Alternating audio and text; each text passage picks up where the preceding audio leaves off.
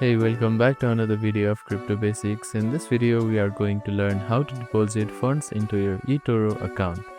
First of all, open up your preferred web browser and head over to eToro.com. Now, log into your account. After that, click on the Deposit Fund button, which is at the bottom left corner of your screen. eToro supports various payment methods including credit card, debit card, bank transfer, and PayPal. Use your preferred payment method from the drop-down menu and specify the amount you wish to deposit.